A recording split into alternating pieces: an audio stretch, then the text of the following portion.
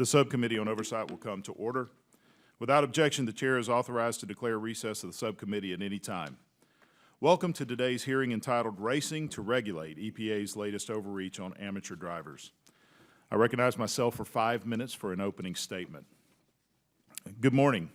Today's hearing is an examination of the EPA's efforts to use the Clean Air Act to regulate amateur race cars, which is yet another example of EPA regulatory overreach. In this case, the EPA is attempting to enforce the Clean Air Act in a way that Congress never intended and is doing so in a covert manner. Earlier this year, the EPA issued a proposed rule to establish greenhouse gas and fuel consumption regulations for a new on-road medium and heavy-duty trucks. Hidden within the 629-page proposed rule on page 584, in the miscellaneous section is a sentence that states, certified motor vehicles and motor vehicle engines and their emission control devices must remain in their certified configuration even if they are used solely for competition or if they become non-road vehicles or engines. The impact of that sentence cannot be understated. The proposed regulation would affect any vehicle used for racing that started as a street production car. Race cars are fast and have been modified to be fast and safe. As a result, race cars strictly used at the track are not typically emissions compliant. Any race car that has a VIN plate installed at the factory can no longer be out of compliance under this proposed rule. This applies to race cars used strictly at drag strips, oval tracks, and other types of racing with no intention of ever seeing the open road again. The proposed regulation would have a devastating effect on the motorsports industry and the industry that supplies the products, technology, and services for the racing community. The specialty equipment automotive aftermarket employs over 1 million Americans across the nation, representing nearly $1.4 billion in sales of racing-related products annually. In my home state of Georgia, the Atlanta Motor Speedway contributes $455 million a year to the Atlanta economy. The South Georgia Motorsports Park, located in Cecil, Georgia, attracts over 200,000 people a year, generating an estimated $37 million into the economy of South Georgia. In addition to the major raceways throughout our country, there are thousands of local tracks that would be devastated by this new regulation. For example, the Dixie Speedway in my district in Woodstock, Georgia, is a popular community track that brings in 150,000 visitors and generates more than $40 million in economic activity every year. If the EPA uses this regulation to dismantle the race equipment manufacturing industry, drivers at tracks like these would be unable to find many of the parts that they need for their race cars. If the Dixie Speedway was to go out of business, our community would lose tremendous amounts of commercial activity, tourism, and recreation that have been part of our local economy and culture since the Speedway opened in 1968. What is most frustrating to me is the secretive manner that the EPA attempted to sneak in this clarification of authority. They deliberately did this under the radar of the American people. The EPA violated the Administrative Procedures Act, requiring adequate opportunity for the public and interested parties to comment on proposed rules. There was no mention of this significant policy change in the table of contents of the 629-page rule.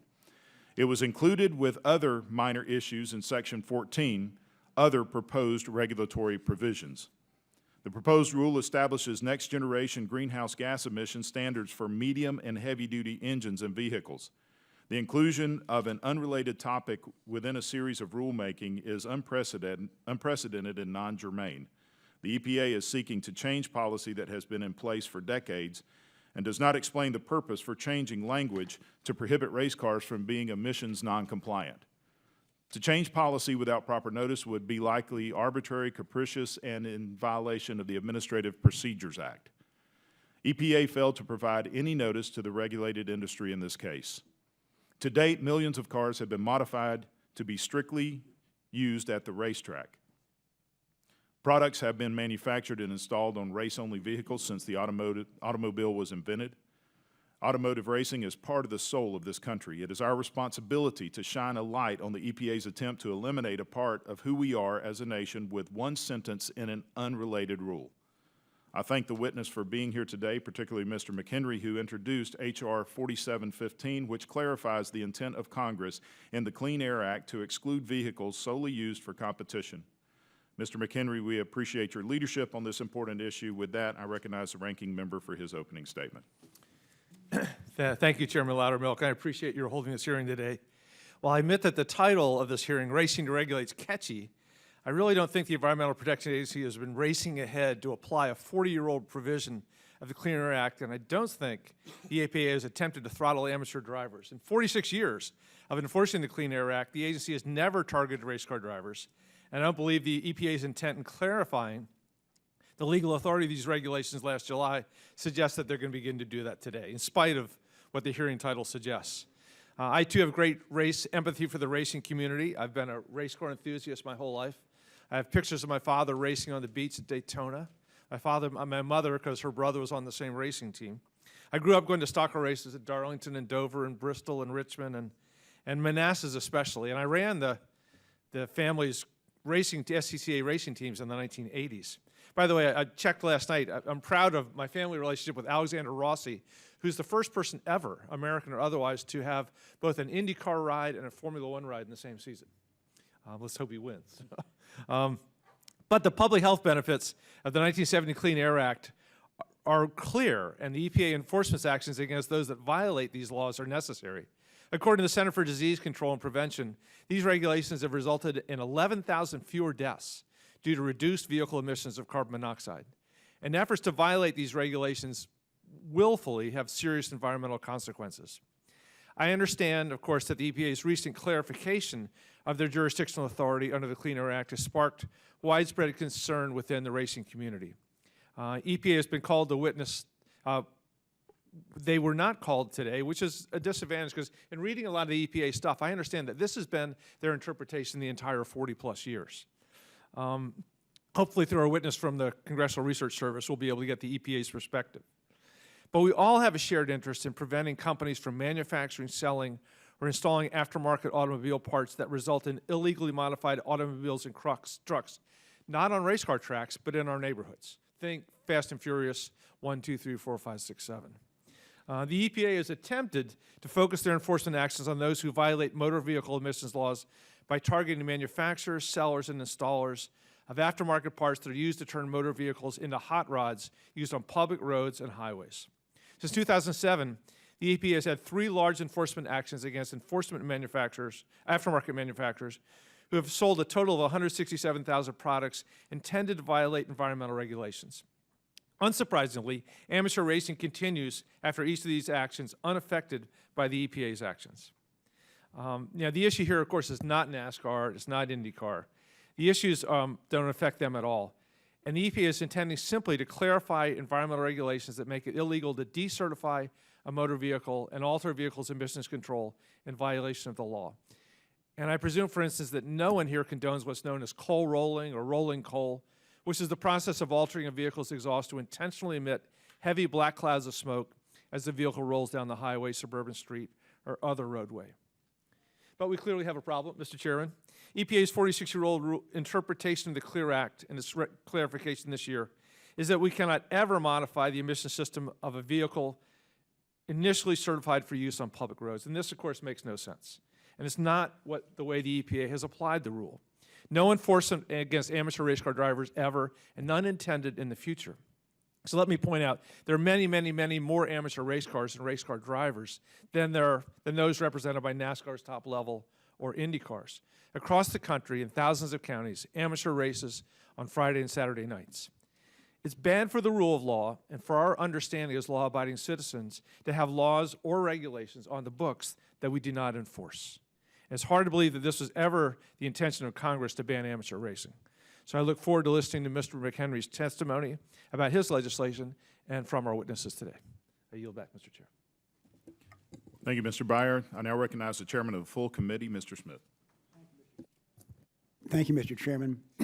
The Science Committee has held many hearings on the regulatory overreach of the Environmental Protection Agency during this administration.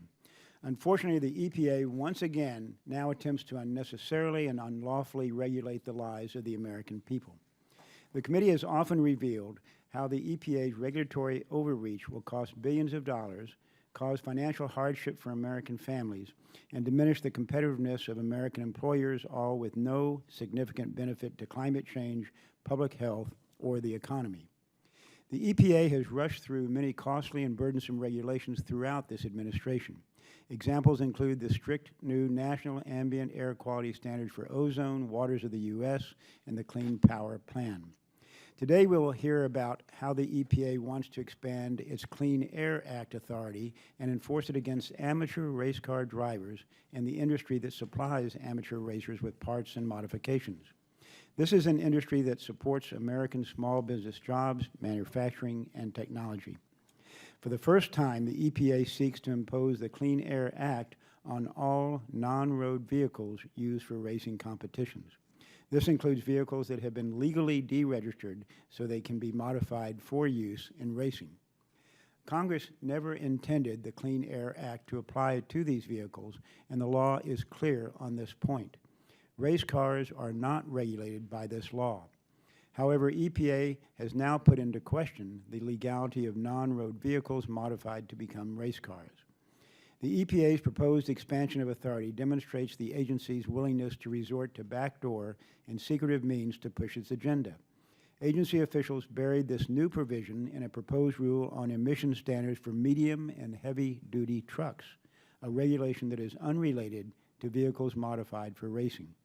In fact, it took industry stakeholders beyond the official comment period to discover that the EPA had even included this provision in the rule. EPA's actions show that the agency acted in an arbitrary and capricious manner in violation of the Administrative Procedures Act because the agency failed to give proper notice to the stakeholders that would be affected by this provision. Even EPA Administrator Gina McCarthy herself seemed to be caught off guard by her own agency's latest power grab. In a hearing before the House Agriculture Committee, Administrator McCarthy correctly asserted that EPA does not have Clean Air Act authority over non-road vehicles modified for competition. If the Administrator agrees that the agency does not have this authority, then why would the EPA even propose this rule? This regulation of competition vehicles will have a devastating impact on amateur racers and the manufacturers that produce components for this industry. NASCAR is one of the most popular spectator sports in the country with over 75 million fans. Amateur racers are often the minor leagues for NASCAR drivers. Nearly all businesses that manufacture components for this industry could become the subject of enforcement actions by the EPA. This overreach has the potential to result in billions of dollars in enforcement penalties simply for the production of items that have been legally used by amateur racers for years. It will stifle technological advances in this field and cause a loss of many American jobs. Mr. Chairman, it is a pleasure today to welcome the Deputy Majority Whip Patrick McHenry to today's hearing. And I thought members of this committee might be interested in knowing, as I just learned a few minutes ago, that Congressman McHenry actually was an intern for the Science Committee in the summer of 1995. So on those grounds, I think he should be made an honorary member today and always welcome to this committee's procedures. Honored. Last week, Representative McHenry introduced H.R. 4715, the Recognizing the Protection of Motorsports Act of 2016. This bill would prevent the EPA from taking action on amateur racing under the Clean Air Act. I support Representative McHenry's efforts to assist amateur racers and the industry, technology, and jobs that rely on them. As we have seen countless times, EPA's regulatory agenda is bad for the American economy and for the American people. We simply cannot allow a federal agency to assume power that Congress has not given it. The Science Committee will continue to rein in the EPA when it oversteps its authority. There is no public scientific justification presented for this regulation. Contrary to the EPA's agenda, Americans want to be free from overly burdensome regulations, not tied up in more. Thank you, Mr. Chairman, and yield back. Thank you, Mr. Chairman. Chair now recognizes the ranking member of the full committee, Ms. Johnson, for a statement. Thank you very much, Mr. Chairman. I am a strong supporter of the Clean Air Act amendments that went into effect in 1970 during a Republican presidential administration. Those federal regulations have saved many thousands of lives, removed tons of toxic contaminants from our environment, and continue to have a positive impact on the everyday lives of our citizens.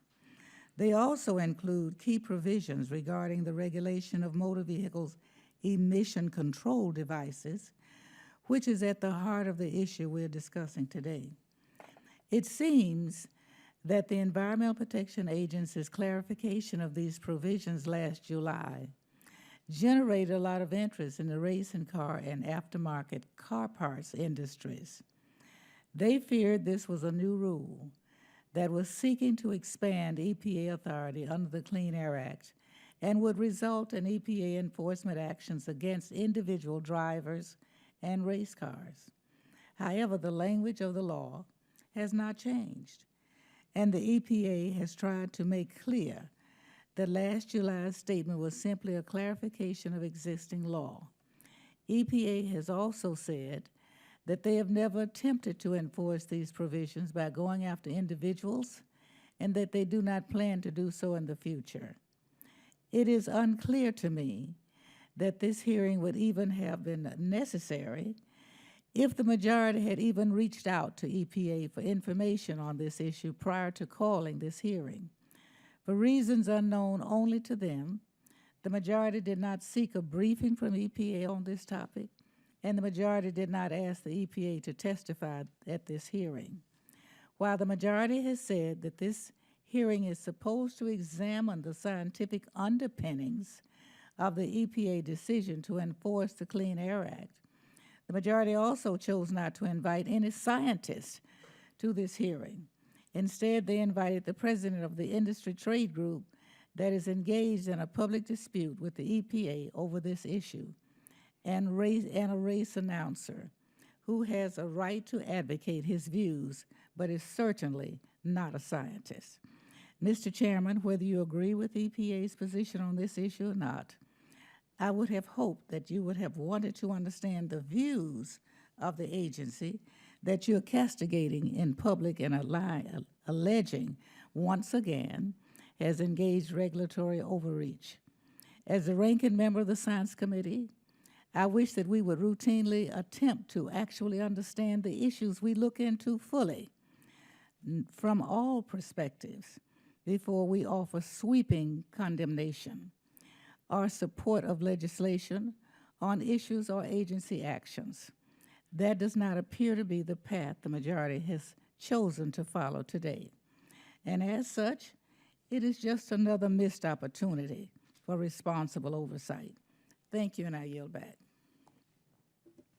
The gentlewoman yields back, and I'd like to remind all of the members of our hearing today, today is an initial hearing to hear from stakeholders who are clearly being affected by this EPA proposal. And I think it's important that we hear from those who are being affected. Unfortunately, the minority has decided to attack the majority on this, but I think it's important that we work together to actually hear from the stakeholders, hear from those. And the minority had every right to invite the EPA to today's hearing. I would ask the ranking member if you did invite the EPA, if not. Mr. Chairman, we had no opportunity. As you know, we are very limited as a minority as to what we can do with witnesses. If we'd been offered the opportunity, we would have taken it. Well, the ranking member would be reminded that you can invite any witness to any hearing that you so deem necessary, and you have the right to do that. Could you put that in the rules so that we can utilize that? Well, I think it's been utilized in many of our hearings that we've had in the past. Not the ones I've been involved in. I've been involved 24 years.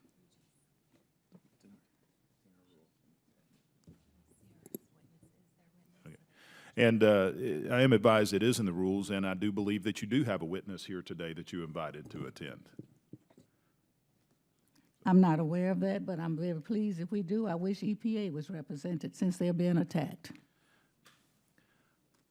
Let me now introduce our witness, the Honorable Patrick Henry. Our witness today on our first panel is the Honorable Patrick Henry, Chief Deputy Majority Whip and former Chairman of the House Financial Services Committee's Oversight and Investigations Subcommittee.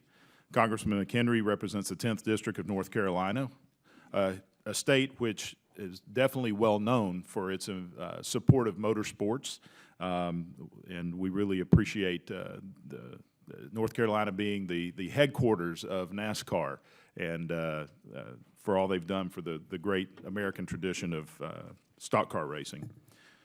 Congressman McHenry is the sponsor of H.R. 4715, the RPM Act, which I am co-sponsoring, and his bill will be part of the discussion in this hearing. We thank him for being here this morning and look forward to hearing about his experiences with this issue. I now recognize Congressman McHenry for 5 minutes to present his testimony.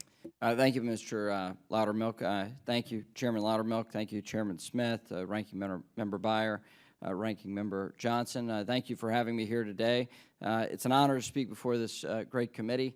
It's truly an honor personally to be back before the committee, as the full committee chairman said. I represent an area of North Carolina that has a rich history of supporting and participating in motorsports. From amateur weekend racers to NASCAR drivers, motorsports plays a vital role in western North Carolina's economy and recreational activities. Many communities in my district and across the country have racetracks that provide an outlet for motorsports enthusiasts, both competitors and fans alike. The EPA recently issued a proposed rule that makes it illegal to convert a vehicle if its emission system is modified and taken out of compliance from its stock configuration. The EPA made this rule with little input from the affected motorsports stakeholders, catching many of them by surprise. Mr. Chairman, this is no way for an agency to regulate, and certainly not in keeping with the American tradition of jurisprudence. While the Clean Air Act does authorize the government to regulate the emissions of vehicles, Congress never intended for the EPA to regulate vehicles that are modified for use on racetracks.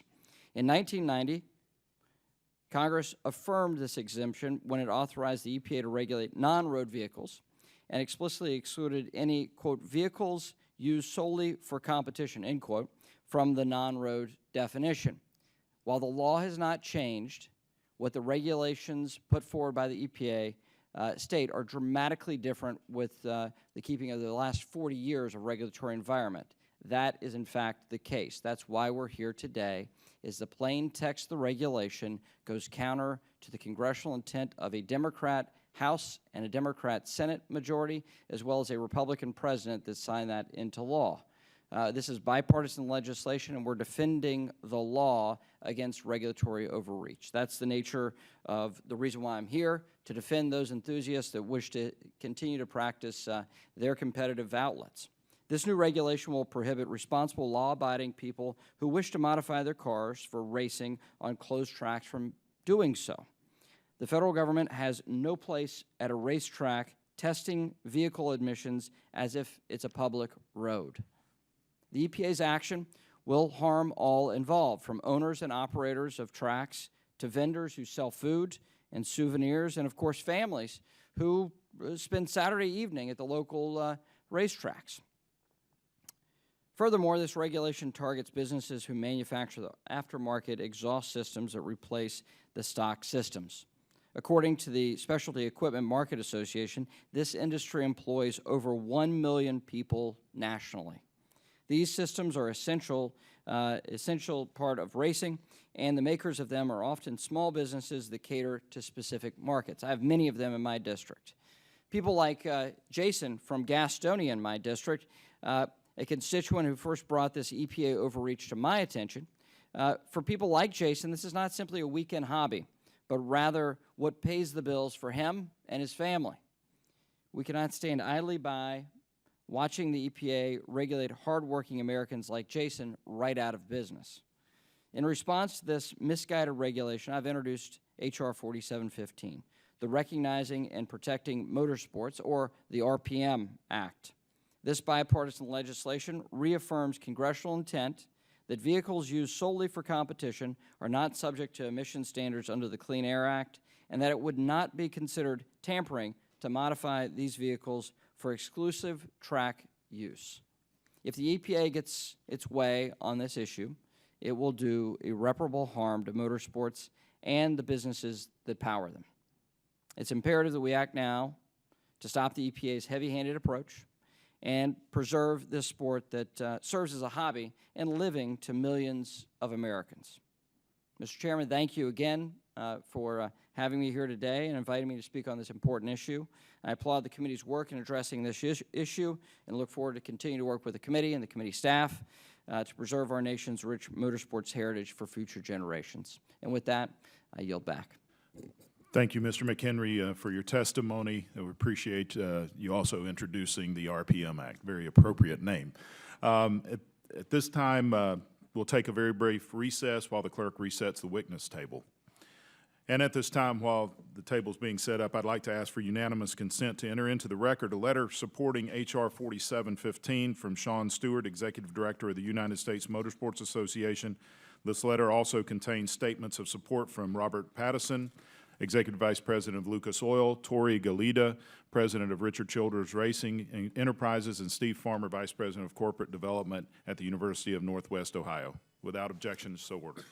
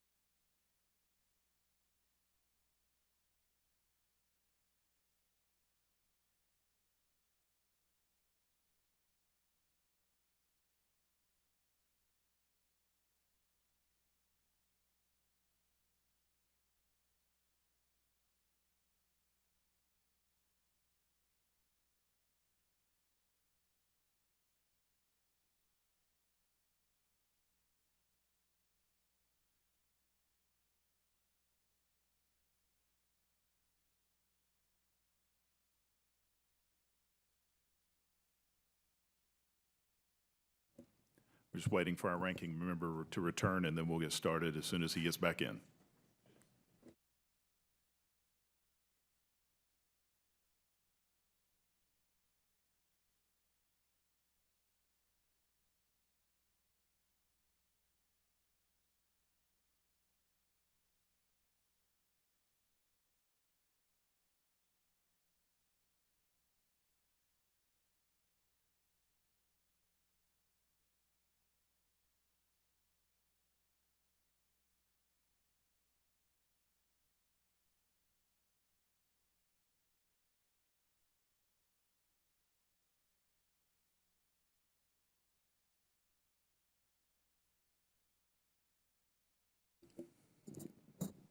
We'll call the hearing back to order at this moment. And I appreciate everyone in attendance, both our witnesses and the members of the committee. And I would advise members of the committee, if we can, we'll try to keep our puns as much of at a minimum as we can. But with that, gentlemen, let the introductions begin. I'll introduce our witnesses of our second panel. First, we have Mr. Christopher Kersting. He is our first witness of the second panel and president of the CEO of the Specialty Equipment Marketing Association. Mr. Kersting previously served as the vice president of legislative and technical affairs at SEMA. Mr. Kersting received his bachelor's degree in business from the University of Colorado and his law degree from Washington College of Law at American University. Our next witness today is Mr. Ralph Sheheen, Managing Partner and President of National Speed Sports News. Mr. Sheheen has been broadcasting motorsports for over 20 years and is one of the lead broadcasters of the NASCAR Camping World Truck Series. Mr. Sheheen has previously worked with a variety of major television networks, including CBS, Fox, NBC, and ESPN. Our final witness today is Mr. Brent Yacobucci, Section Research Manager of the Energy and Materials Section of the Congressional Research Service. Mr. Yacobucci previously served as the Acting Deputy Assistant Director of Resources, Science, and Industry for the Congressional Research Service. Mr. Yacobucci received his bachelor's degree in mechanical engineering from the Georgia Institute of Technology. He's a rambling wreck. And his master's degree in science, technology, and public policy from George Washington University. I would now recognize Mr. Kersting for 5 minutes to present his testimony. Could you push your microphone switch there? There we go. Chairman Loudermilk, Ranking Member Byer, Ranking Member Johnson, full committee Chairman Smith, when he comes back, and members of the subcommittee. I appreciate the opportunity to speak with you today about the regulations recently proposed by the U.S. Environmental Protection Agency to prohibit the conversion of street vehicles into race cars. My name is Chris Kersting. I am President and CEO of the Specialty Equipment Market Association, otherwise known as SEMA. SEMA is a national trade association. It represents more than 6,800 mostly small businesses that manufacture, market, and sell a wide range of specialty automotive aftermarket products, including racing equipment for motorsports competition. Now, as noted, in July of 2015, the EPA issued a proposed regulation to make illegal the act of modifying and converting a streetcar, truck, or motorcycle into a race vehicle. If finalized, this regulation would contradict 46 years of EPA policy and practice under the Clean Air Act, as well as the intention of Congress when the relevant portions of the law were enacted in 1970. SEMA contends that the EPA's new interpretation of the law puts this long history and practice and the American motorsports tradition itself into jeopardy. Given this uncertainty and the importance of the matter to so many, we urge Congress to now establish a clear exemption in the law, allowing street vehicles to continue being modified and converted for motorsports competition. By way of background, since the 1960s, SEMA has worked closely with the EPA and the California Air Resources Board, otherwise known as CARB, as regulations were developed for street vehicles and emissions-related aftermarket parts. And SEMA does not view the opportunity today as antagonistic. We appreciate the chance to shed some light on an important matter. Under the long-standing EPA and CARB regulations, it is already illegal to knowingly manufacture, market, sell, or install a part or component that negatively affects the emissions performance of a street vehicle. CARB worked with SEMA in the early years of the law to develop an emissions certification program that allows a specialty parts manufacturer to test and certify that a particular part does not negatively affect emissions. The federal EPA accepts CARB certification as demonstrating emissions compliance and allows certified part sales in the states where EPA has jurisdiction. In the past several years, SEMA and CARB have ramped up collaborative efforts on industry compliance. Last October, SEMA completed construction on a new CARB-approved emissions testing facility where SEMA members get priority to demonstrate that their products comply with street use emission requirements under CARB's protocol. Further, for the past several years, SEMA has been working directly with EPA officials concerning equipment that would be illegal if used on road-going vehicles. Our industry has a long history of emissions compliance and cooperation with regulators, and we're working, and you can see we're investing substantially in ways to help our members achieve compliance more quickly and cost effectively. The Clean Air Act does not extend authority to EPA to regulate competition vehicles. Congress first addressed the issue in 1965 when it set the definition for how far that authority extends. It's defined as motor vehicles. Motor vehicles are self-propelled vehicles designed for transporting persons or property on a street or highway. While the Clean Air Act amendments of 1970, or with the Clean Air Act amendments of 1970, the on-record deliberations of the conference committee made clear that Congress did not intend the term motor vehicle to extend to vehicles manufactured or modified for racing. The question was actually put and answered.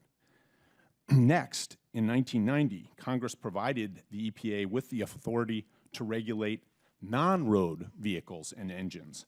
Since the term non-road vehicle could have been misunderstood as including racing vehicles, Congress actually included language to make clear that the law excludes vehicles used solely for competition.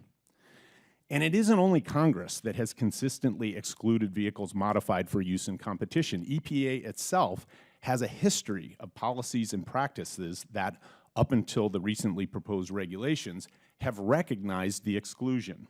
For example, the EPA's regulations pertaining to non-road vehicles specifically allows emissions-certified recreational motorcycles, as well as snowmobiles and boats, to be decertified and converted for competition use, the very issue we're talking about with regard to street vehicles.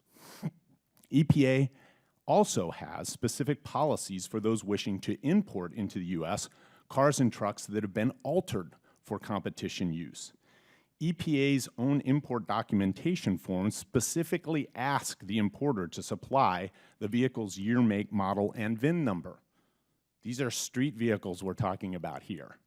The EPA has historically recognized that altered competition vehicles are not required to meet emissions requirements and has allowed the import of these non-compliant race cars. It is against this background that EPA recently revealed its entirely novel interpretation that the Clean Air Act has always provided EPA the authority to prohibit the conversion of emission-certified street vehicles for use in motorsports.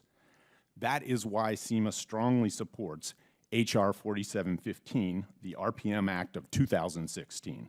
This amendment to the Clean Air Act would eliminate any uncertainty now and in the future and make clear that the law allows emission-certified street vehicles to be modified and converted for competition use. In a few moments, this subcommittee is going to hear from Mr. Ralph Sheheen. He's going to describe the impact the EPA's proposed regs would have on American motorsports and the communities supported by racing. Many states see motorsports-related industries as a driving force for their economies. It would be a shocking reversal to suddenly place most of the U.S. motorsports tradition outside of the law and at risk of elimination. As for impacts on the automotive side, EPA's proposed regulations would cause a devastating outcome since most of the non-professional racing activity in the U.S. relies on production vehicles that have been modified for use at the track. And because the federal emission standards went into effect beginning in 1968, the EPA's proposal would render illegal converted racing vehicles and future racing part sales for model years 1968 and forward. So what does that really mean? The proposed regs would eliminate the manufacturing, distribution, retail sales, and installation businesses that supply the products and services required in motorsports. Retail sales of just the racing parts alone make up a $1.4 billion annual market. And that's to speak nothing of related ancillary sales for other equipment. Tens of thousands of jobs would be lost. The car makers would also experience a significant negative impact as their racing-related divisions would evaporate, including racing-related product engineering and development and vast sales and marketing programs. Clearly, in the wake of EPA's newly revealed interpretation of the Clean Air Act, the public and regulated industry deserve certainty concerning such an important provision of the law. SEMA supports passage of H.R. 4715 to confirm the directives and the intent of Congress. I want to add that I agree with Congressman Byer's point that we don't want to have laws on the books which we have no intention of enforcing, and yet that is what EPA has indicated in recent statements. It really makes very little sense. And I don't expect that folks who have invested both in race cars and in the businesses that support racing want to live under the cloud of a line being drawn around this activity that deems it illegal. Thank you all again for this opportunity to speak on behalf of SEMA and this matter of critical importance. I would be glad, of course, to answer any questions that you might have. Thank you, Mr. Kersting. And I now recognize Mr. Sheheen for 5 minutes to present his testimony. You have the green flag, sir. Thank you, Chairman Loudermilk, Ranking Member Byer, and members of the subcommittee.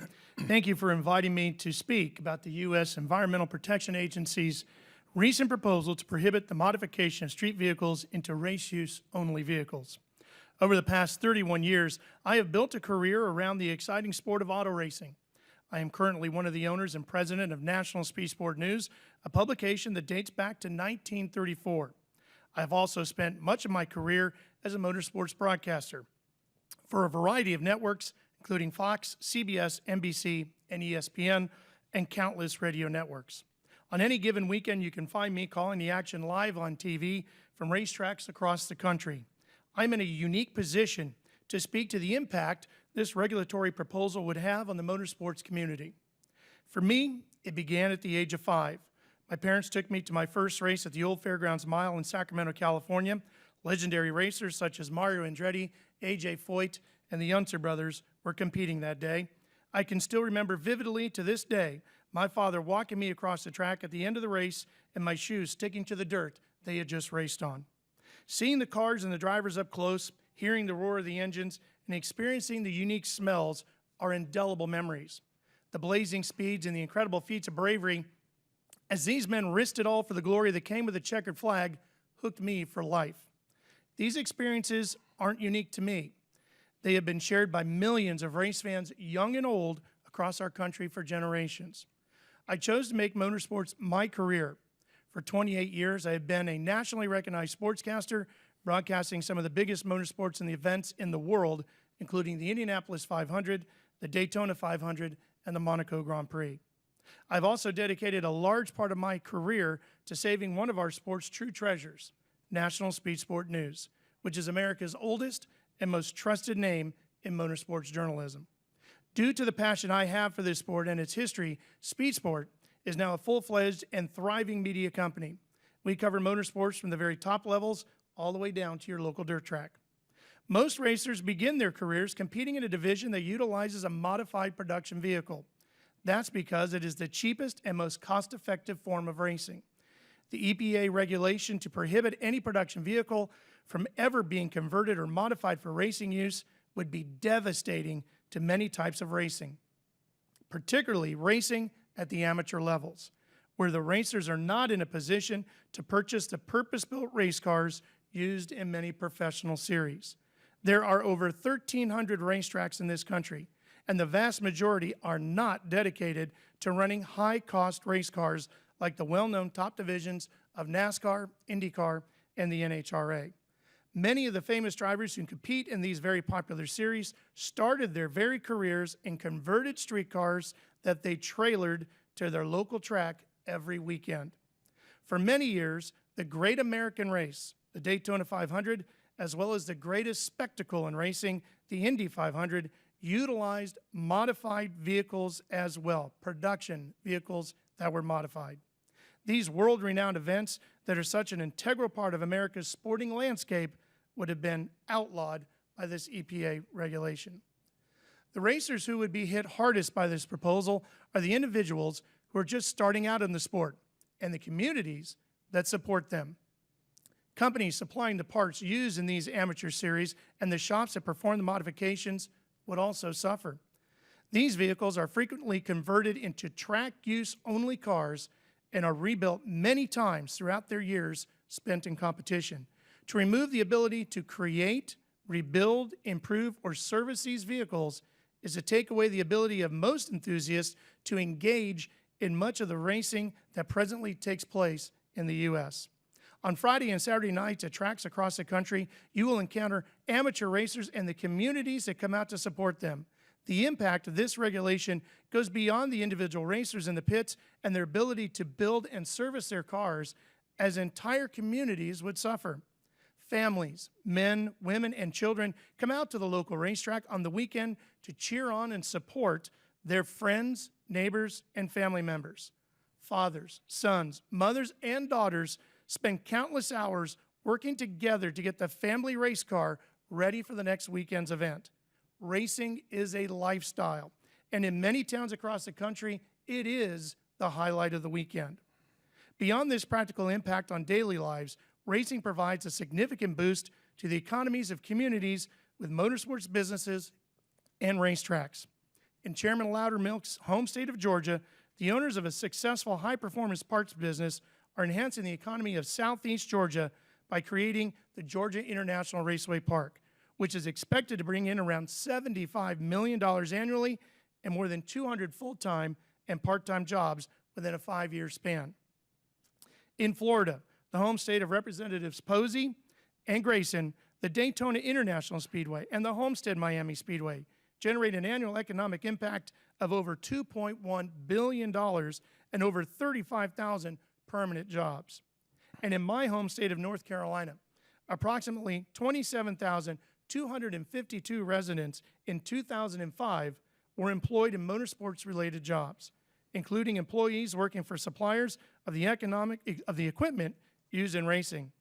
This is a $6.2 billion a year industry in North Carolina. That number has almost certainly gone up in the 10-plus years since a full-scale economic impact study was completed by economists at UNC Charlotte. Until this recent EPA proposal, no government entity has questioned the legality of using modified production vehicles exclusively for racing, and an enormous industry has been created as a result. It seems absurd that a federal agency could outlaw thousands of race cars and the businesses that supply products for these cars without legislative authority or justification. On behalf of racing enthusiasts across the country and the industries that serve them, I ask for your support for H.R. 4715, the Recognizing the Protection of Motorsports Act of 2016, to make clear that converting street vehicles to race cars used exclusively in competition does not violate the Clean Air Act. Thank you again for this opportunity to testify. I'm happy to answer any questions you may have. Thank you, Mr. Sheheen. I now recognize Mr. Yacobucci for 5 minutes to present his testimony. Good morning, Chairman Loudermilk, Ranking Member Byer, and members of the subcommittee. I am Brent Yacobucci, the Energy and Minerals Section Research Manager for the Congressional Research Service. I was asked to provide background and to discuss CRS's research on tampering provisions and exemptions within the Clean Air Act, and to discuss policy options to exempt racing vehicles. Congressional guidelines require that I confine my testimony to technical aspects of matters under consideration, and that I limit myself to questions within my field of expertise. I can discuss policy options and ramifications, but CRS does not take a position on pending or proposed legislation. In July 2015, EPA proposed new emission standards for medium and heavy-duty vehicles and engines. Within the proposal are provisions that EPA maintains clarify longstanding policy, but which parts suppliers argue is new policy restricting owners from converting road vehicles for racing and suppliers from selling retrofit kits and other parts to those owners. The original public comment period ended in September. In response to comments from SEMA and for unrelated reasons, EPA reopened the docket for comments from March 2nd through April 1st. The key policy question is whether a vehicle operated solely for racing is a motor vehicle as defined by the Clean Air Act, and thus subject to tampering and defeat device provisions of the Act. To sell a new motor vehicle, the automaker must supply a certificate of compliance with federal standards. Under the Act, it is unlawful to remove, bypass, defeat, or render inoperative any part of a motor vehicle's emissions system. In 1990, Congress granted EPA new authority to regulate non-road vehicles and explicitly excluded those used solely for competition. However, there is no similar provision in the Act explicitly exempting a racing vehicle from the definition of motor vehicle after it has been certified as such. This is arguably a difference in interpretation between EPA and SEMA. EPA maintains that conversion of motor vehicles to racing vehicles is part of a larger prohibition on reclassifying motor vehicles for any purpose. SEMA, on the other hand, maintains that EPA and the Act's silence on the topic before 2015 mean that such conversions are allowed. Under the 1990 amendments, EPA established emission standards for non-road vehicles and provided specific guidance for converting new non-road vehicles, including motorcycles or dirt bikes, from recreational use to competition. The owner must destroy the original emissions label attached to the bike, and the owner may not then use the bike for recreation. This process is, to our understanding, based on owner self-compliance, and EPA does not maintain a list of such conversions. EPA and other agencies also temporarily exempt imported racing cars through a detailed reporting process. Exemptions are granted case by case, and importers must supply EPA, among other things, the vehicle identification or VIN number, a list of race-specific characteristics, and a list of characteristics that preclude the vehicle's safe use on roads. In its guidance, EPA states that not all vehicles used in races are excluded from emissions compliance. Determinations are based on the capability of the vehicle, not its intended use. This distinction between a vehicle's capabilities and its use is central to EPA's position. Going back as far as 1974, EPA has maintained that it would make determinations on exclusions from the motor vehicle definition based on vehicle design, not intended use. Since that time, EPA has employed that test for a variety of uses, including off-road vehicles, kit cars, and imported race cars. CRS was unable to find a document from EPA before 2015 that explicitly stated that motor vehicles converted to racing were not eligible for exemption. However, nor could CRS identify provisions in the Act or regulations which would explicitly allow for a certified motor vehicle to be reclassified. In enforcing the tampering provisions, EPA has historically not taken action against individual owners. In all enforcement actions CRS could identify, automakers, parts suppliers, and repair shops were the defendants. CRS could find no instances of EPA targeting owners modifying vehicles for road or track use. Further, CRS could identify no cases where EPA took action against parts suppliers who operated solely in the racing market. Actions against parts suppliers have often alleged the sale of defeat devices to road vehicle users despite claims by the supplier that the parts were for off-road or racing use only. A key issue is that for motor vehicles modified for racing, in some cases, there may be no way to produce parts that could also not also be used on motor vehicles. Responding to concerns raised by SEMA and others, an EPA spokesperson stated publicly that the agency remains primarily concerned with, quote, aftermarket manufacturers who sell defeat emission control systems on vehicles used on public roads. This statement may not be sufficient to address concerns of racing parts suppliers, as EPA maintains that their actions may still be illegal even if EPA chooses not to focus enforcement action on them. At least two bills, H.R. 4715 and S. 2659, have been introduced to address EPA's regulation of racing vehicles. The bill would amend the Clean Air Act definition of motor vehicle to exclude competition-only vehicles and would explicitly exempt such vehicles from the tampering provisions. Policy questions related to these bills include how would EPA implement the new provisions, how the definition change would interact with other federal and state laws, and whether there would be a process for recertifying racing vehicles for later on-road use. I thank the subcommittee for its time, and I'm happy to answer any questions. All right, I thank all the witnesses for their testimony, and the chair recognizes himself for 5 minutes for questions. Mr. Sheheen, you had mentioned the economic impact that auto racing has in the United States. Could you repeat what that number is? In North Carolina alone, it's a $6.2 billion a year industry, which is a significant number. 6.2? Yes. Just in North Carolina? Yes, sir, $6.2 billion a year industry. I live in Mooresville, North Carolina, which is called Race City, USA. The majority of the industry in and around our area right there is all racing related, whether it's NASCAR Sprint Cup teams all the way down to teams competing in Supercross. There's sports car racers, IndyCar racers, drag racers, they're all there. It's not just those people, but the cottage industries that have sprung up around that. People that supply not just the pieces and parts and components that make the cars not only go faster, but more efficiently and quicker and safer, but also the people that work in public relations industries, media like Speed Sport. You have marketing firms that just deal specifically with motorsports. There's even a gentleman in Concord, North Carolina, a neighboring city by the name of Sam Bass, who started his career with a passion for motorsports as a young kid who just liked to draw race cars. He has turned that into a thriving business that not only paints pictures of cars, but designs paint schemes and the uniforms that the crews and the drivers wear, and he has a thriving business out of that. So there's a huge cottage industry that makes up that massive $6.2 billion.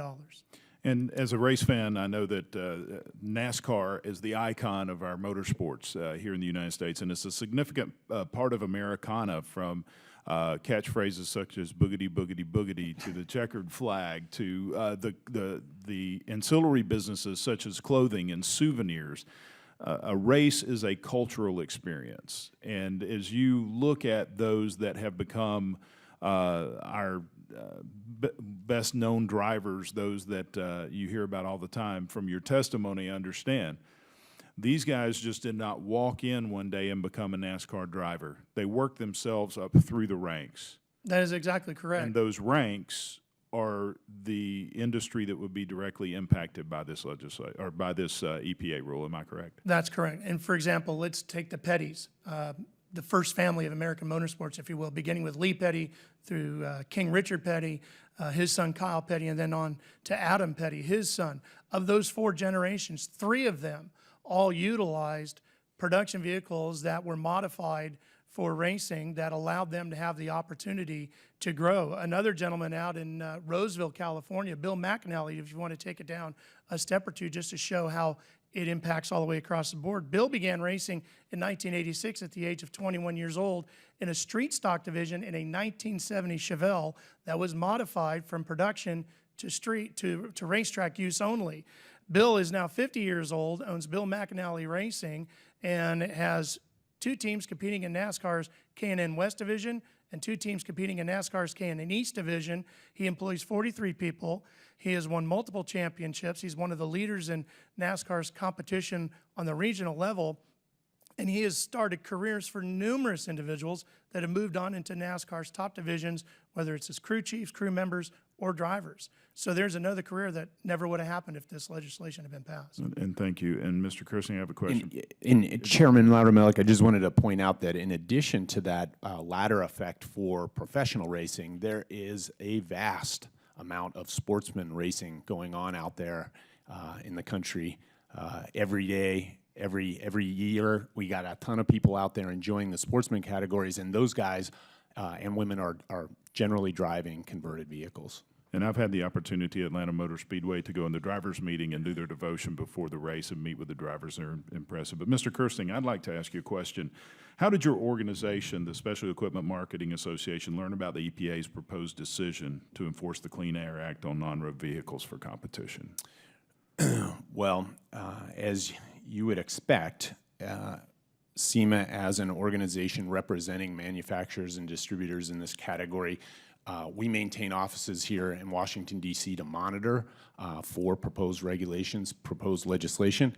And I'd point out that most of the race sanctioning bodies have the same.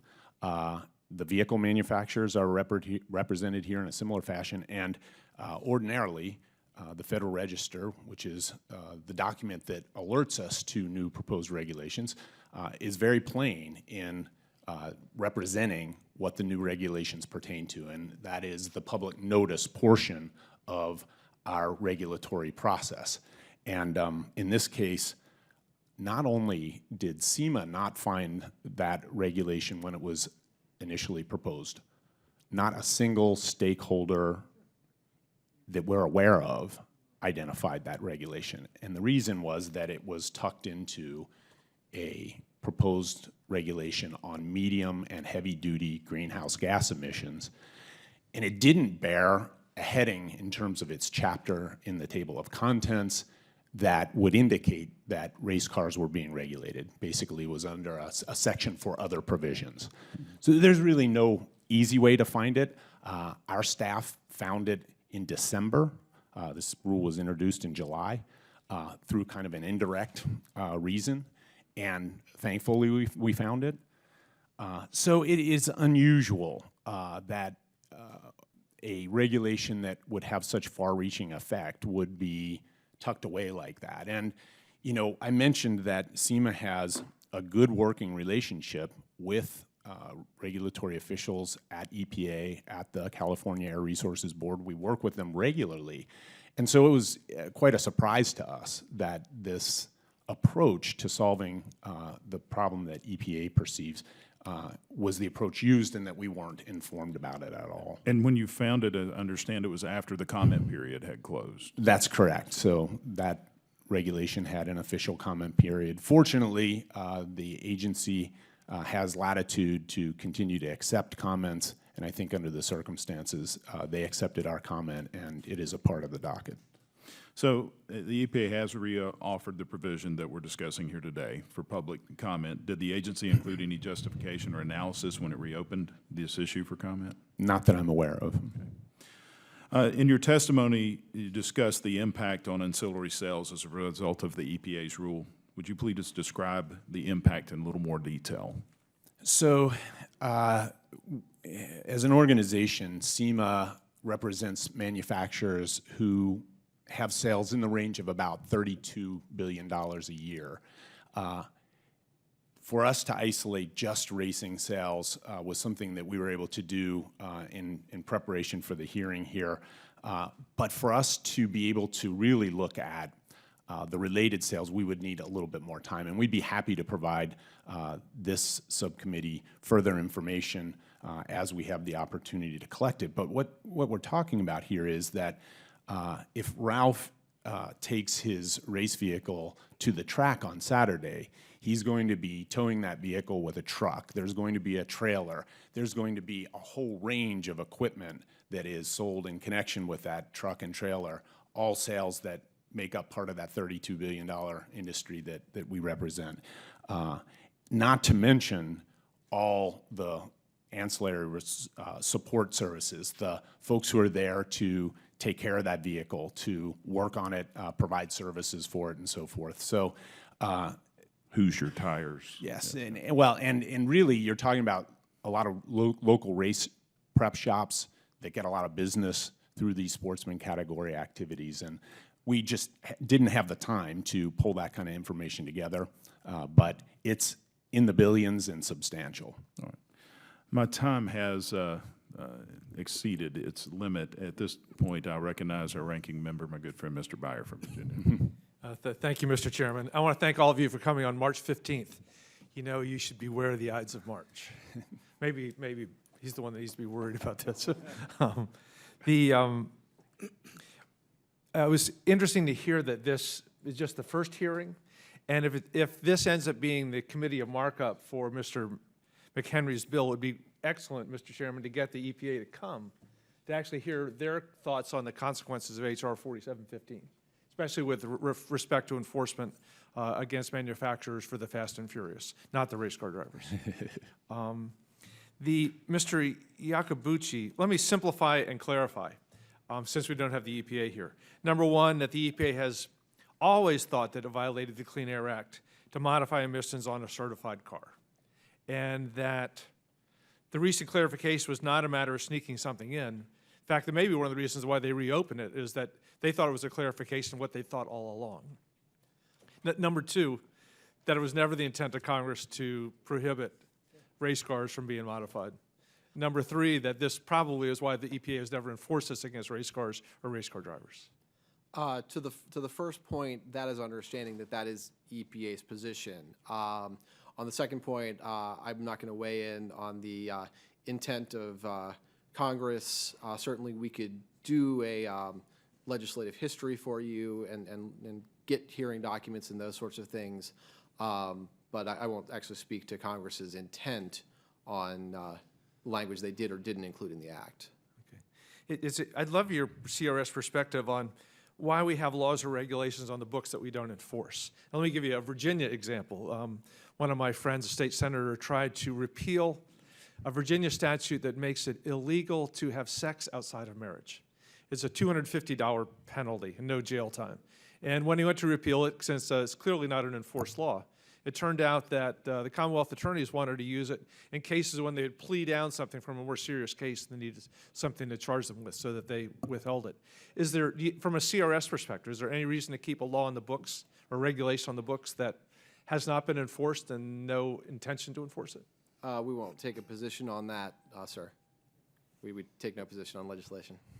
Well, then I'll ask Mr. Kersting then. Congressman Beyer, if I may, I can provide a very relevant portion of the legislative history real quickly. This was a discussion during the conference committee hearings on the Clean Air Act amendments in 1970, which actually put into place the relevant portion of the law that EPA is turning to today. Representative Nichols posed the following question to Chairman Staggers as follows. I would ask the distinguished chairman if I am correct in stating that the terms vehicle and vehicle engine as used in the Act do not include vehicles or vehicle engines manufactured or modified or utilized in organized motorsports racing events, which of course are held very infrequently, but which utilize all types of vehicles and vehicle engines. Mr. Staggers in response. In response to the gentleman from Alabama, I would say to the gentleman, they would not come under the provisions of this Act because the Act deals only with automobiles used on our roads in everyday use. Yeah. The Act would not cover the types of racing vehicles to which the gentleman referred, and present law does not cover them either. Mr. Kersting, let me move on, because that was part of the written testimony that you had, which is good. I understand that SEMA often works with EPA to target aftermarket parts manufacturers who intentionally seek to violate environmental laws. In H.R. 4715, Mr. McHenry's bill, is there a concern, a reasonable concern, that enforcement against those few bad actors in the aftermarket parts industry will be more difficult? Is there any concern that legislation that simply says any car is competition only or racing only vehicle gives these people carte blanche to go after the street folks? I think the problem is that the proposed remedy here is overkill. SEMA is willing to work with the regulators to address the problem of illegal parts for street use, but to draw a circle in express terms that renders illegal all of the race vehicles and all of the racing activity that is part of the motorsports tradition in this country is unnecessary in order to address what is otherwise a very small portion of the overall emissions that are emitted by vehicles on the roads in this country. So let me clarify. You'd rather do this through rule and regulation with the EPA rather than legislation? I don't even think it requires rule and regulation. I think that, in fact, EPA has a history of recognizing that congressional intent we were just talking about, and we would work out policies that would address how they would handle the matter of illegal parts. Now, the law already exists that gives the EPA enforcement authority for any illegal parts or modifications that show up for street use. And that's really where we need to focus the discussion. There's been some discussion about whether it makes sense to do an exemption or create a different classification for certified cars that become race cars. Do you have an opinion on which is more workable? Well, because I think that the Congress was clear when we originally designed the structure of the law that these vehicles weren't considered. I mean, it's pretty simple. Motor vehicle, you have authority. It is a vehicle that's on the roads. If a vehicle is decommissioned, taken out of that use, that's where the authority resides, right? Now we're on a racetrack. That vehicle is no longer subject to the regulatory authority of the EPA. I think that's the right outcome, and I would rather focus the energies and efforts on the law as it exists than trying to outlaw an entire category of activity that heretofore has been treated as legal. Look at entire institutions have grown up over that time converting street vehicles for racing.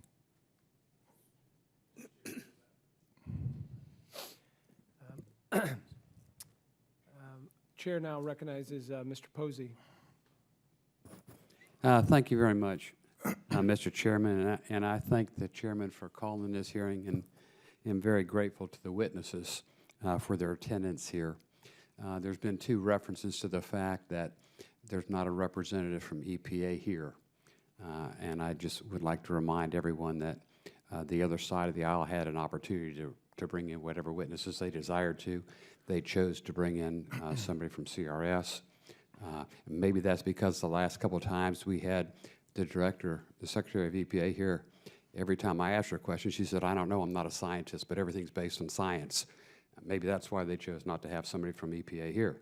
At least we can get some answers from CRS. And so, Mr. Yacobucci,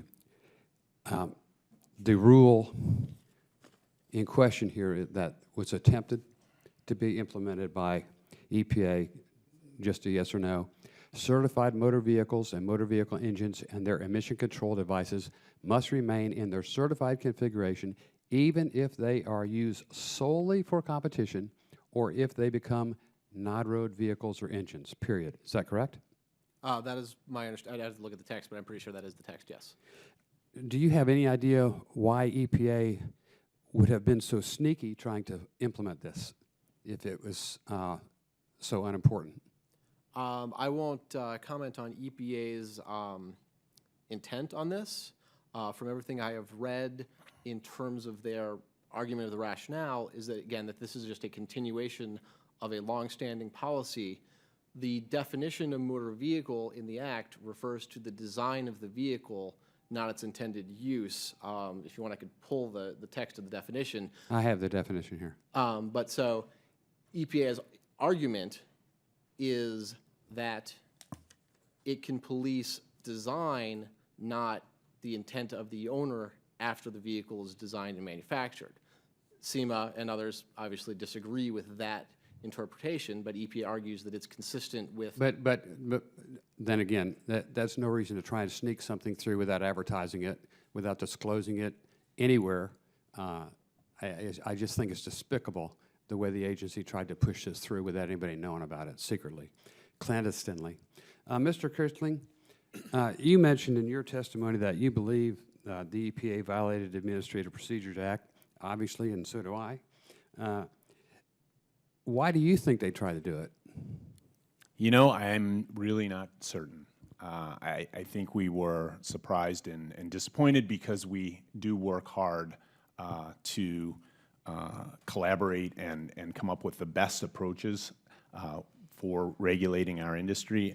The matter of the California Air Resources Board certification program is a very extensive, detailed program to give parts manufacturers the opportunity to test and demonstrate parts as legal for street use, and those parts then carry designation as certified parts from there forward. That takes a lot of work and effort, and EPA knows that we're working hard to educate our industry. We get new companies coming into the industry all the time, and trying to help them as they move toward getting their parts in compliance. So I'm disappointed about it. I can't imagine really what the intentions were. Well, that's what shocked me. I know the record that SEMA has for working with the agencies, trying to make things a win-win situation so that we don't have losers on either side, that we do it fairly, and I was stunned by it. Mr. Sheheen, do you see any unfairly discriminating issues with the way they have written this rule as to one group of people or another group of people, one level or another level? Well, actually, I believe it could impact quite a few levels. Obviously, from the amateur level that we're talking about, where drivers who are not able to afford full-blown $1 million, hundreds of thousands of dollars worth of race car parts. They just can't do that to go compete in NASCAR's top division or IndyCar racing. It would certainly wipe them out. But at the same point, there's a lot of manufacturers that would see a lot of problems with this. For example, Cadillac competes in the Pirelli World Challenge Series, which utilizes basically this very form of race car, a production vehicle. They pull a race car, what they intend, a production car, straight off the production line randomly and turn it into a race car, but basically using that production vehicle. This is something that many manufacturers such as General Motors and Ford and many others use to not just find out what their cars are capable of doing, how to make them work better, perform better, more efficiently, safer, but also they take engineers and put them with these teams and immerse them in these programs so that they learn. So that is knowledge that then gets transferred to what you and I drive on the street. So yes, we would be wiping out a complete amateur level all across the country, but also the major automotive manufacturers in this country would take a huge hit from this as well. Thank you. My time has expired. I yield back. Thank you, Mr. Posey. The chair now recognizes myself for 5 minutes for questions. I want to thank the witnesses for being here today and for your testimony. Appreciate it. The district I represent in central and west central Illinois is a very rural district. I have 5 racetracks in my district. I have lots of tractor pull competitions throughout my district. And I've been amazed at the industry that's really been created by my racetracks, and whether those are garages or mechanic facilities, small and medium-sized businesses throughout my district. And if you come to my district in the summertime, you know, the opportunities that have been created by the racing industry is really amazing. These tracks in my district, almost on every weekend, are full of families and young people, people that go there for enjoyment in watching, you know, the activities that go on there. And I guess what puzzles me in sitting here in the hearing today is we as policymakers look at implementing a rule or passing a law to solve a problem that's out there, something that needs to be fixed, a void that's there. And when you think about the 46 years of precedent that was mentioned earlier in why this is being done now, I mean, it's what makes people cynical about government in some ways, distrustful that an agency like this can come in and implement something like this. And I'm trying to see, you know, where are the complaints out there? Where are the issues that we need to fix? And I don't see it in my district, whether that's, you know, newspaper articles being written or protesters at events or police reports being filed, anything that kind of anecdotally or otherwise would tell us there's a problem that needs to be fixed here. And I would guess in your industry in North Carolina or anywhere else in the country, have you seen that anywhere, you know, people complaining we need to fix this? Mr. Kersting, I would ask you that first. So I think this is kind of inside baseball with the regulators. This is something that in their area of concern they pay some attention to, but I think it's important to recognize what we're really talking about here. Even in the instance where the EPA is concerned about a part finding its way onto a street vehicle, we're talking about the incremental emissions difference between whatever is the certified equipment and whatever is the racing part. And we're looking at the emissions that are generated there in the scheme of vehicle miles traveled annually by a car park of 200 million vehicles. So how much of this is really going on by way of a percentage of overall automotive emissions? It's a very small fraction. And in that regard, I believe that EPA should work with the industry to come up with better approaches to regulate at the level they're really aiming at. That is to say, illegal parts going on street vehicles. To do that by drawing a line around racing and calling any conversion of street vehicles, any alteration from the certified configuration illegal is ridiculous overkill and really kind of unrelated. Right. Mr. Sheheen, you have a comment on that? You know, I would tell you that the thing that most people might complain about at the racetrack is that their guy didn't win. Right. They're just hoping it was the other guy. You know, you're talking about an industry here where if we take this away, the opportunity for the amateurs to go compete on a Friday night or a Saturday night, as you mentioned in your district there, you're taking away their passion. These are people that don't own a boat to go out on Lake Michigan. They don't have tickets for the season with the Bears or the Cubs. This is what they do. Their whole family comes together and works and gets the car ready. They put everything they have into that. This is their lifestyle. This is their hobby. Most importantly, this is their passion. And we're talking about potentially taking that away from them. And if you look at it from a grander scale, Henry Ford, over 100 years ago, drove the sweepstakes, which was a modified production vehicle, to a victory that kicked off what is now the Ford Motor Company. And a massive industry has come out of that. Yeah. And still to this day, that massive industry utilizes modified production vehicles so they can learn so that we can continue. Yeah, thank you. Mr. Kersting, particular question. The EPA claims that by proposing this rule, they're trying to stop the sale and use of illegal emissions defeat devices. Would this rule in any way assist the agency in this goal? So a defeat device, by definition, is a part or a modification that will be done to a vehicle on the roadways. There are laws in place, and the EPA and the California Air Resources Board have used them for many, many years to regulate the industry. I think they've even cited instances in some of their recent releases about their enforcement. That's the approach they should be using to address the problem. Find egregious cases and go after those egregious cases. To outlaw motorsports, to outlaw the conversion of vehicles for racing doesn't seem to really be a direct hit.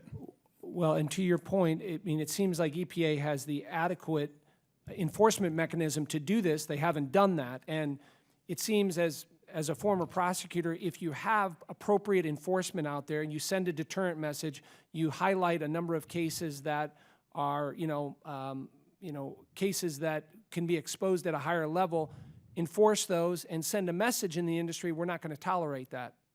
Right. The law is there.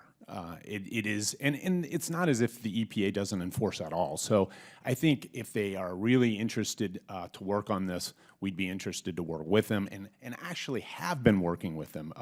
We have been having discussions, active discussions with the EPA for the last 4 years.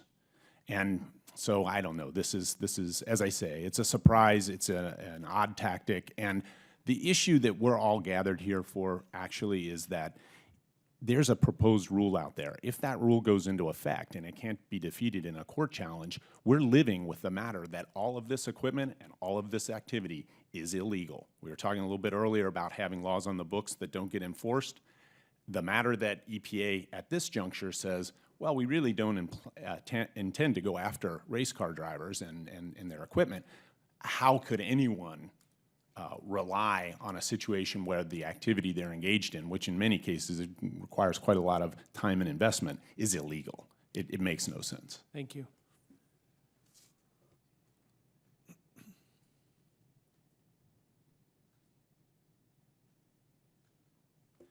We're going to do a second round of questions here, and we'll recognize Mr. Posey for a second round. Thank you very much for the second round, Mr. Chairman. Mr. Yacobucci, would you agree with the following statement? Since 1970, when the Clean Air Act was enacted, industry and enthusiasts have had no doubt that it is legal to modify and race a street vehicle as a race car, as the multi-billion-dollar marketplace attests. Sir, in general, I would agree with that. I think that most drivers, and this is anecdotal from my own speaking with people who are in amateur racing, I would say most folks probably think that what they are doing is legal. But I do know of some folks who basically say, yeah, pretty sure this is a violation, but, okay.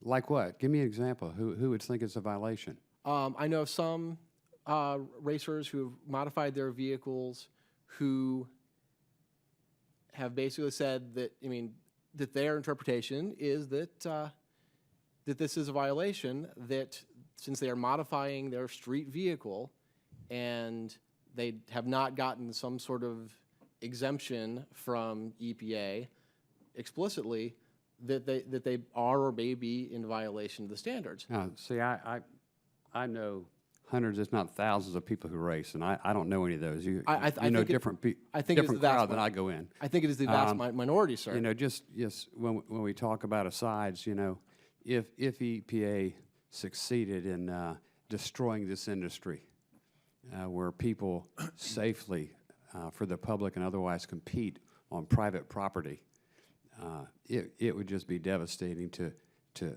force that back onto the nation's highways and byways and side streets just by trying to harm an industry, you know, unfairly. Mr. Sheheen, would it be fair to say that under the proposed rule, the Sports Park Club of America, Le Mans, tractor pulls, et cetera, would all become illegal? Yes, and this would greatly impact all of those divisions and many, many more.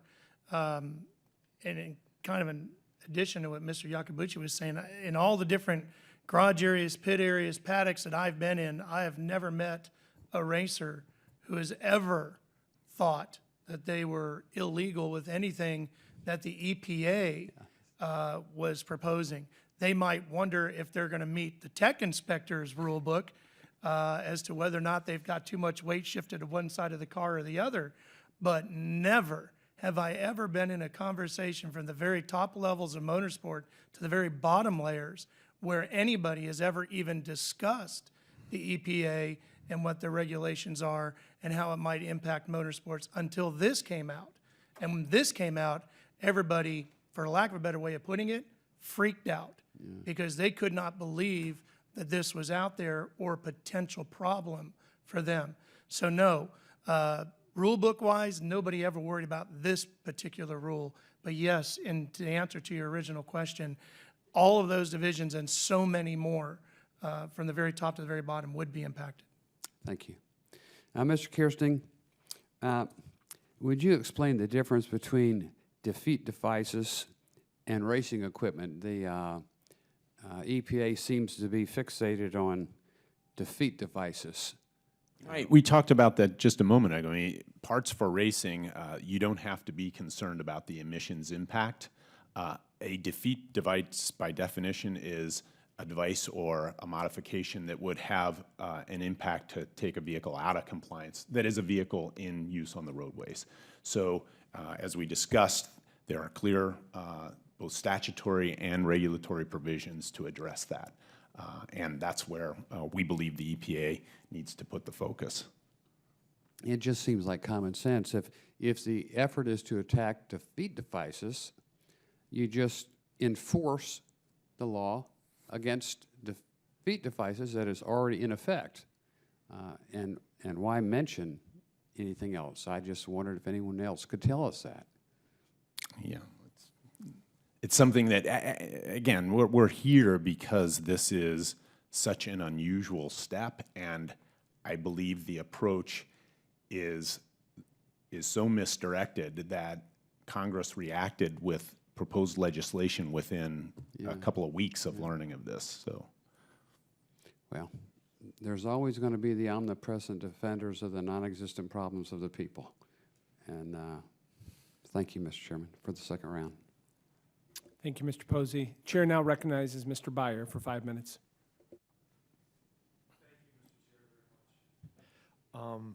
I'd like to first clarify Ranking Member Johnson's testimony about the EPA being invited. Up until March 4th, the Minority Committee staff was under the assumption that the majority actually intended to invite the EPA because it made the most sense to have them here.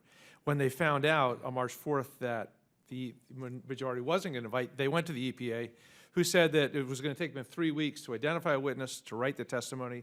Then they have to clear both the agency and clear the OMB, and that majority apparently knows this is a 3-week process. So that's why they're not here. I do hope that if we are the committee of markup for HR 4715, that the EPA has a chance to talk about the implications of 4715 on the people we actually want to enforce the law against, not the race car drivers. By the way, I also want to clearly resist the idea that that our job here is to demonize the EPA. I know they were referred to as despicable recently. The EPA reopened comments, a sign of good faith. I think it's pretty clear that the EPA since 1970 has thought that this was the law. that wasn't a matter of burying something that was brand new. It was a clarification in an overall rule stuff. I think it's unfortunate that we keep making the EPA the bad guy here, especially when they've never enforced this against race car drivers, and there's never any intention to move forward and take it against race car drivers. I do think that we need to be careful about the egregious cases, as Mr. Kersting went, but let me quote, I think my friend Mr. Posey says that things of no importance to the general public. Essentially, we're talking about the fear that there might be enforcement rather than actual reality right now. Mr. Yacobucci, the California Air Resources Board has a program that permits aftermarket auto parts manufacturers to get their parts certified by California under an executive order that shows that their installations would be compliant with the Clean Air Act and not violate emissions control regulations. But they also have a program to grant exemptions for complying with these regulations for competition-only race cars. Do you believe the California laws on this issue could be a roadmap for federal legislation? Is there something we can learn from what California does that would help us? I mean, certainly we can learn from any policy, state or local or federal, to help us write new policy. Clearly, California has a structure that works for them, and a question going forward would be, either under this under the proposed bill or under existing statute, whether EPA, if they were to grant or have imposed upon them from the legislation an exemption for racing vehicles, the next question would be, what would be the processes for exempting specific vehicles? For example, would the agency require registration similar to that for imported racing cars, where the vehicle owner submits the VIN number, information about the vehicle's characteristics for racing, things that make it non-road legal, and then basically would that information be maintained in a database where a parts supplier could then query the database and say, we are selling this part to this owner of vehicle XYZ, and it is thus checked off so that there's some sort of verification process. On the other end of the spectrum, the way things are done right now with competition non-road vehicles, it's largely based or is based on owner self-compliance. And as I said, to our knowledge, EPA doesn't maintain a database. So there's a real range of how this could be implemented, whether it's under existing statute, if it was determined that existing statute was sufficient, or if new statute is required, something like HR 4715. There's a real range of how that would be implemented or could be implemented. Thank you. Thank you. Mr. Kersting, a short question. Do folks who modify their race cars, as Mr. Sheheen talked about, the many, many people, do they typically work with their local DMVs to brand the title, get rid of the private tags they'd have to drive it on the streets? I think that the matter of decommissioning, so to speak, a vehicle is a state-by-state matter, and I can't say I'm familiar with it in all states. But I believe that removing the plates, discontinuing registration are typically the sort of things that take a vehicle officially out of use as a motor vehicle. And for example, I think state insurance laws vary on whether and when a vehicle needs to be insured and so forth. And those are the sort of things that I think we could look to say, okay, this vehicle is officially out of use. Okay, great. All right. Well, thank you very much. Mr. Chair, I yield back. Thank you, Mr. Byer. Without objection, the email from the minority staff requesting that the chairman invite the witness from CRS and the email sent to all committee staff and members containing the list of invited witnesses are entered into the record. I want to thank the witnesses for their testimony here today and look forward to our dialogue on this. The record will remain open for 2 weeks for additional comments and written questions from members. Will the chair yield? And at this time, the hearing is adjourned. It's not a bad thing to yield. I wasn't going to